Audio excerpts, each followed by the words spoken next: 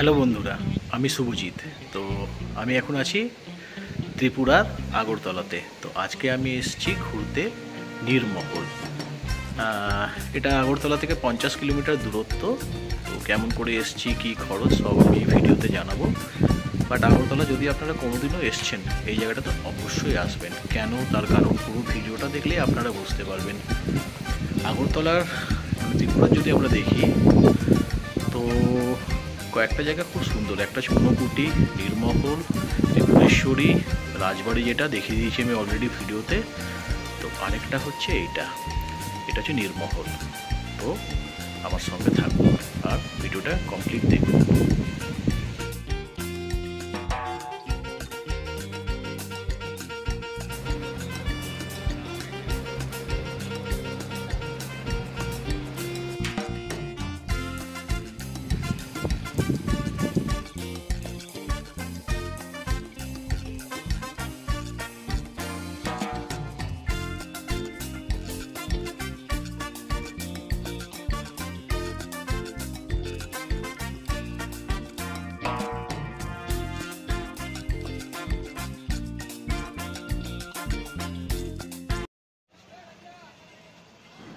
তো আমি এখন যাচ্ছি ভারতবর্ষের সব থেকে বড় জলের মধ্যে নির্মিত এই প্রাসাদটির ওইখানে, যার নাম নীরমহল।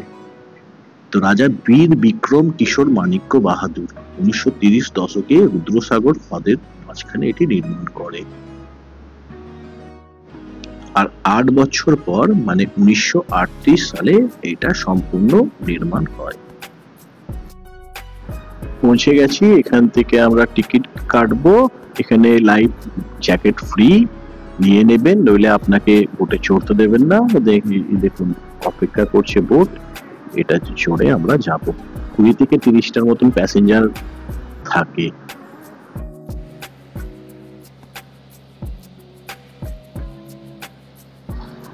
জার্নিটা মোটামুটি 12 থেকে 14 মিনিট লাগলো, স্পিড বোট তো। এ দেখুন, দেখতে পাচ্ছেন নীরমহল। তো জার্নিটা না খুব সুন্দর ছিল। আর এই সময় খুব বৃষ্টি হচ্ছে, তো তার জন্য এই রুদ্রসাগরে প্রচন্ড জল আপনারা দেখতেই পাচ্ছেন। ও হ্যাঁ, আরেকটা জিনিস মাথায় রাখবেন, 40 থেকে 45 মিনিট আপনারা থাকতে পারবেন। যদি লেট হয়ে গেছে তো তার জন্য 150 টাকা ফাইন হয়। তো পৌঁছে গেছি আমরা। এখানে এসে লাইফ জ্যাকেট গুলো আবার খুলে রাখতে হয়। এখানে সবাই দেখুন রেখে দিচ্ছে। আর এটা যেটা দেখতে পাচ্ছেন, সেখান থেকে আমরা মহলটার ভেতরে প্রবেশ করব। বলি আমি এলাম কেমন করে। তো আমি এখন আছি, আপনার জায়গাটার নাম হচ্ছে কামান চমুনি। এই চমুনি মানে হচ্ছে চৌমাথা। চৌমাথাকে আমরা এখানটাতে সাধারণ মানুষজন চৌমাথা বলে, এই চমুনি বলে। এখান থেকে আমি এলাম বাস স্ট্যান্ড থেকে 50 টাকা নিল আমার এখানে আসতে। মেলাঘর বলে স্টপেজটাতে নামালো। ওইখান থেকে টোটো অটো পাওয়া যায়, ফুল হলে তবেই ওরা আসে। ওখান থেকে 10 টাকা নিল আপনার এই স্টপেজটাতে, যেখান থেকে আমি এখানে আসবো আপনার নীরমহলে। ওখান থেকে 50 টাকা হচ্ছে বোটিং ফুল হলে তবে আপনার যায়। আর ওরা লাইফ গার্ড দেয় ফ্রিতে, লাইফ জ্যাকেট যেটাকে বলে, লাইফ গার্ড বলছি, জ্যাকেটটা। আর এখানে এসে আবার এন্ট্রি ফিস হচ্ছে মাত্র 30 টাকা। তো এইটুকু আপনার খরচা। সকাল 9টা থেকে বিকেল 6টা অবধি আপনার এটা খোলা থাকে। আর ডিসেম্বর মাস, নভেম্বর মাস এগুলোতে প্রচণ্ড ভিড় হয়। মানে হলিডে, যে পিকনিকের টাইম যেটাকে বলা হয়, ওই সময় থেকে এখানে ভিড় হওয়া শুরু হয়। আর সবসময় দেখতেই তো পাচ্ছি প্রচুর মানুষ ছিল। আপনারা বোটিংয়ে তো দেখলেনই, প্রচুর মানুষ থাকে। রাজা বীর বিক্রম কিশোর মাণিক্য বাহাদুর 1921 সালে ব্রিটিশ কোম্পানি মার্টিন অ্যান্ড বার্নকে এই প্রাসাদটি নির্মাণের জন্য স্বীকৃত দেন। এই নীরমহলের নাম জানেন কে রেখেছিলেন? কবিগুরু রবীন্দ্রনাথ ঠাকুর।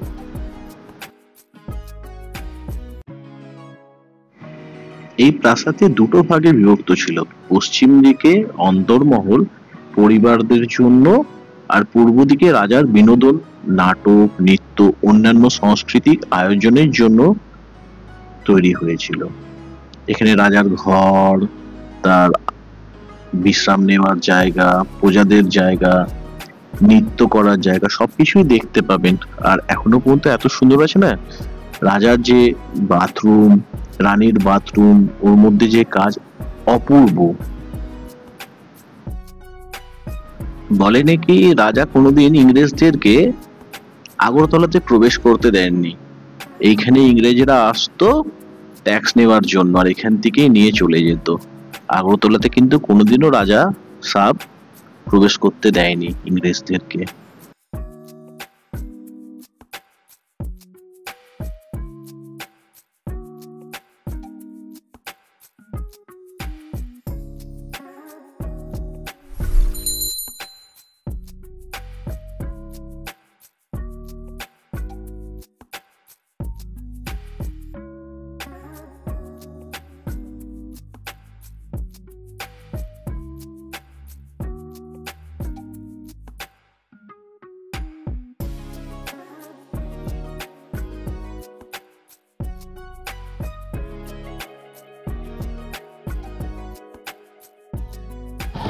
রয়্যাল বোট গেট, তার মানে জল আগে এত দূর অব্দি আসতো, এখানে থেকে তারপরে সিঁড়ি দিয়ে উঠতো। এই যে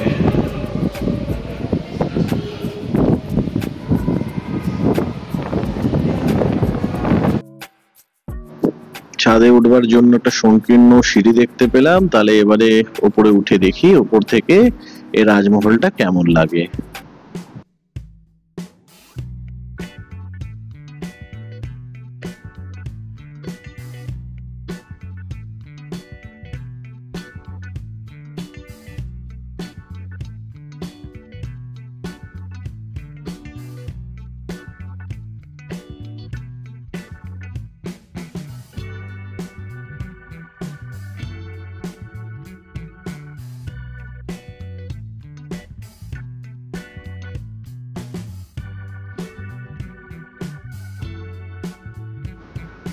এই প্রাসাদে নাকি মোট 24টা রুম আছে।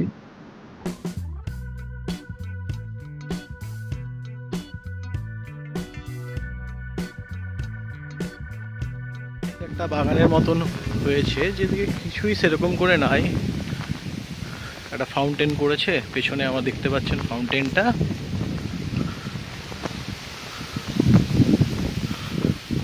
আর দেখি কি কি আছে।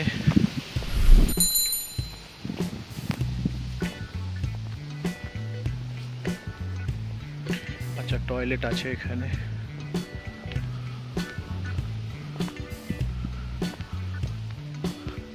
কারণ নাই, টয়লেট লাগলে সবই আছে বন্দোবস্তের দিকটাতে। এটা ওয়াচ টাওয়ার, এখন বন্ধ এটা।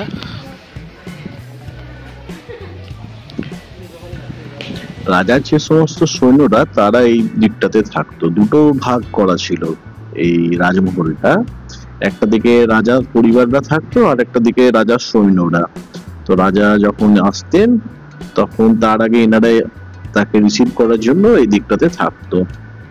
তো এদিকে সৈন্যদের থাকার জন্য সবকিছু বন্দোবস্ত করা ছিল।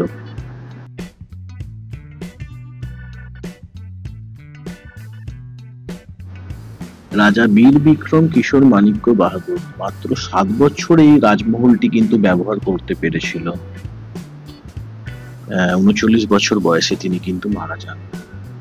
পরে এইটাতে নাকি মানুষজন বসবাস করতে শুরু করে, আর জানলা দরজা যেগুলো ছিল, আসবার জিনিস, মানে দামি দামি জিনিসপত্র, সেগুলো নাকি পরবর্তীকালে চুরি হয়ে যায়।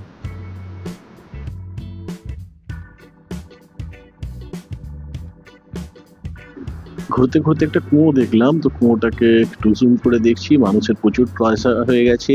তো মানুষ কোথায় রাখবে বুঝতে পারছে না, তো কুয়োর মধ্যে ফেলে দিয়ে যাচ্ছে কাউকে দান না করে।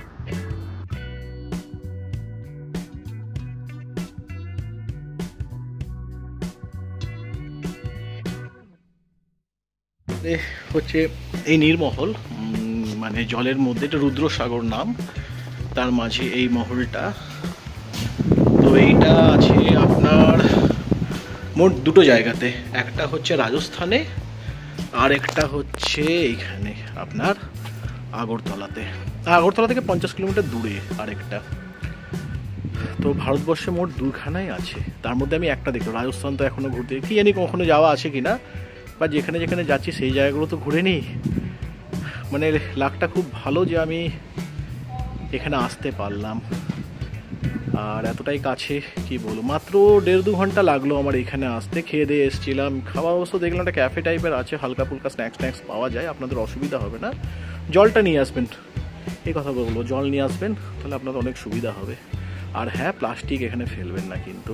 আমি দেখলাম একটা উপরে বোতল আছে, বাট উচিত নয়। আমরা তো আমাদের ভারতবর্ষকে সুন্দর রাখবো না, বাইরের লোক কেন রাখবে? মানে এত সুন্দর না, সত্যি কথা বলতে যারা নর্থ ইস্টের দিকে এসেছে, এই আগরতলা নীরমহল যারা দেখেছে, সত্যি কথা যে তারা তো কিছু তো দেখেছে। আচ্ছা হ্যাঁ, আর একটা জিনিস বলার ছিল যে এখানে প্রি ওয়েডিং শুটিং হয়, 1,500 থেকে 2,000 টাকা নেয়। যেখানে আমরা টিকিট কাটলাম এখানে আসার জন্য, ওইখানে টাকা সমস্ত জমা করতে হয়, তো হয়ে যায় সঙ্গে সঙ্গে। আমি তো আমার মতন করে ঘুরছিলাম, হঠাৎ দেখলাম পুরো মহলটা খালি কেন। তখন একজন এসে জিজ্ঞেস করলো যে দেখুন আপনার জন্য বোটে হর্ন বাজাচ্ছে। তো যদি আপনাদের ভিডিওটা একটু ভালো লাগে, আর যদি আপনারা এখানে আসতে চান, তো আমি তো সবকিছুই বলে দিলাম। আপনারা একটা সাবস্ক্রাইব করে দেবেন, একটা কমেন্ট করবেন, আর ভালো থাকবেন, ব্যাস এটুকুই।